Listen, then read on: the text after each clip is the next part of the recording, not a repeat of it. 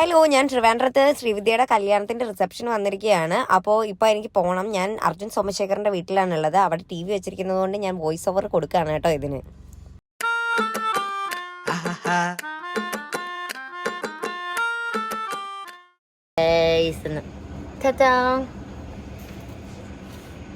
കൊള്ളാല്ലേ ഇപ്പഴാ കാണുന്നേ. കൊള്ളാം നന്നായിരിക്കുന്നു. പോട്ടെ എന്നാ പോയിട്ട് വരാമേ.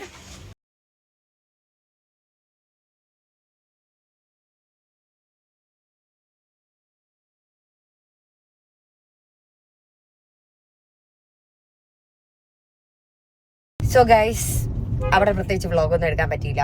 കാരണം എന്താന്ന് വെച്ചാൽ നമുക്ക് ചെന്നു, ഇഷ്ടംപോലെ മീഡിയക്കാർ കണ്ടു, പോന്നു, ഫുഡ് കഴിച്ചു എന്നുള്ള സെറ്റപ്പ് ആയിരുന്നു.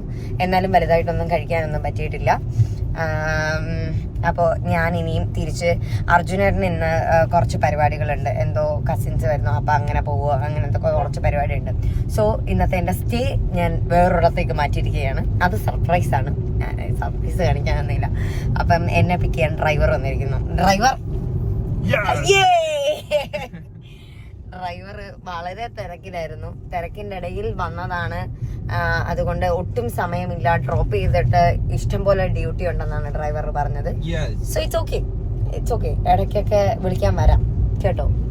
അപ്പൊ അങ്ങനെ നമ്മള് എൻ്റെ മോനെ കാണാൻ വേണ്ടി പോവാണ്. മകൻ അവിടെ ഏതോ ഒരു റിസപ്ഷനിൽ പോയി കഴിച്ചിട്ടൊക്കെ വന്ന് ഇരിപ്പുണ്ടെന്ന് കേട്ടു. അപ്പം പക്ഷെ എനിക്ക് നല്ല വിശക്കുന്നു. അപ്പം തിരുവനന്തപുരത്ത് നല്ല തട്ടുകടയാണുള്ളത് എന്നാണ് ഡ്രൈവർ അവകാശപ്പെടുന്നത്. അതുകൊണ്ട് തന്നെ തിരുവനന്തപുരത്തെ തട്ടുകടയിൽ നിന്ന് ഫുഡ് അടിച്ചിട്ട് നേരെ അങ്ങോട്ടേക്ക് പോകാമെന്ന് വിചാരിച്ചു. പിന്നെ ഇത് തൈമ എന്ന് പറയുന്ന പേജിൽ നിന്ന് റെന്റൽ ജ്വല്ലറിയാണ്. നല്ല മാലയല്ലേ. പിന്നെ ഈ കോസ്റ്റ്യൂം ഇലഞ്ഞി എന്ന് പറയുന്നിടത്തു നിന്നാണ് തന്നത്. എനിക്ക് രണ്ടും നല്ല ഇഷ്ടപ്പെട്ടു. പക്ഷെ ഫോട്ടോ ഒന്നും എടുക്കാൻ പറ്റിയിട്ടില്ല. എന്നാലും 2-3 ഫോട്ടോ നാളെ ഡ്രൈവർ എടുത്ത് തരുമായിരിക്കും. നാളെ ഞാൻ ഇതൊന്നുകൂടി ഇടും. ഡ്രൈവർ 2 ഫോട്ടോ എടുത്ത് തരാൻ പറ്റുമോ? ആലോചിക്കാം. അപ്പം ശരി, ഞാൻ അവിടെ ചെന്നിട്ട് കാണിച്ചു തരാം. അല്ല, തട്ടുകട കയറുവാണെങ്കിൽ കാണിച്ചു തരാം. തട്ടുകട ഒന്നും ഞാൻ ഇതുവരെ ഒന്നും കണ്ടില്ല. ഇവിടെയും കുറെ കഥ പറഞ്ഞിട്ടുണ്ടായിരുന്നു. പക്ഷെ തട്ടുകടയിൽ അതും കോപ്പിറൈറ്റ് അടിക്കും.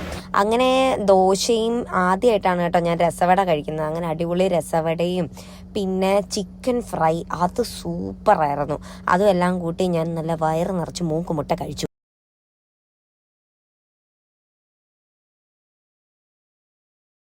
ഗൈസ്, ഇതാരാന്ന് നോക്കൂ. കാണാൻ ഭയങ്കര കണ്ണിന്റെ പുഴുപ്പലൊക്കെ പോയി ഗൈസ്. ചിച്ച് അവിടെ തന്നെ ഉണ്ട് ഗൈസ്. ഭയങ്കര ജാടയാണ്. നമ്മളിങ്ങനെ ജാട എടുത്തിട്ടൊക്കെ ചെയ്യുള്ളേ.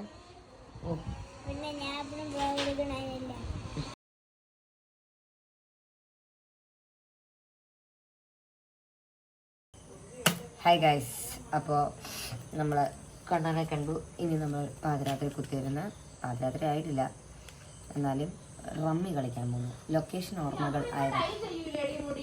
ഇല്ല, മൊത്തം ഇന്ദിരാഗാന്ധി ആയിട്ട് നരപ്പിക്കാൻ പോവാം. അങ്ങനെ നമ്മൾ റമ്മി കളിക്കാൻ പോകും. എല്ലാം തെറിച്ചു പോയി ഗൈസ്. എല്ലാം തെറിച്ചു പോയിരിക്കുന്നു ഗൈസ്. ഇതൊക്കെ ഉണ്ടാവും. അതങ്ങനെ ജീവിതത്തിന്റെ ദുന്ദുലതകളിൽ ഇതൊക്കെ സംഭവിക്കും. പക്ഷെ നമ്മൾ തളരരുത്.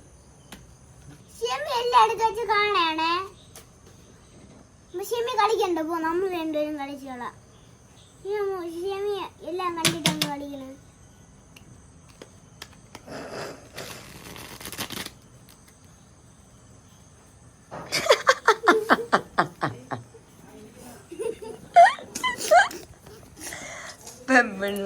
പെൺപിള്ളേര് ചെയ്യുന്ന കണ്ട് ചെയ്യാനിരുന്നതാ.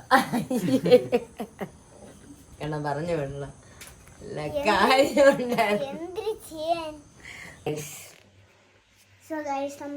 ഉറങ്ങാൻ പോവാണ്. രാത്രി ഞാൻ ക്യാരംസ് കളിക്കുവാണ് ഗൈസ്. ഞാൻ ഒന്നും കളിക്കില്ല, രാവിലെ എഴുന്നേറ്റ് എനിക്ക് പോകണം. സോ ഇതിനകത്ത് ഈ വ്ളോഗിനകത്ത് നിങ്ങൾ ഷഹാനെ കണ്ടു കാണത്തില്ല. അപ്പോൾ നിങ്ങളെല്ലാം ചിന്തിക്കുന്നുണ്ടാവും എന്തുകൊണ്ട് വ്ളോഗിലില്ലെന്ന്. ആശാട്ടിയുടെ ബ്ലൗസ് നാളെ ഓണം സെലിബ്രേഷനാണ് അളിയൻസിൻ്റെ ലൊക്കേഷനിൽ. അപ്പം അതിനുള്ള ബ്ലൗസ് ശരിയായിട്ടില്ലായിരുന്നു. പുള്ളിക്കാരി മൊത്തം അതിൻ്റെ പുറകെയായിരുന്നു. അതിൻ്റെ കൂട്ടത്തിൽ തന്നെ ഒരു കൂറ നൈറ്റി ഇട്ടുകൊണ്ടാണ് ഇരുന്നത്. ഗ്ലാമറിന് കോട്ടം തട്ടും എന്നുള്ളത് കൊണ്ടാണ് കാണിക്കാതിരുന്നത്. ഇപ്പം ആ ലൈറ്റ് ഓഫ് ചെയ്തത് അവളാണ്. എൻ്റെ കൈ ഇങ്ങനെ കാണിച്ചു കൊടുക്കും. എൻ്റെ വ്ളോഗിൽ തീർന്നു, എന്നിട്ട് നീ ഇല്ല. കണ്ടോ ഈ മോന്ത കണ്ടോ, ഈ കൈ കണ്ടോ? ആ മെഹന്തി ഇട്ട കൈകൾ അവളുടെയാണ്. അപ്പം ശരി, ഗുഡ് നൈറ്റ്. ആ ലൈറ്റ് വന്ന് പോയി, ഒരു മിന്നൽ പോലെ ലൈറ്റ് വന്നത് കേട്ടോ. അങ്ങനെ പലതും ഇവിടെ സംഭവിക്കും. Okay bye bye bye bye.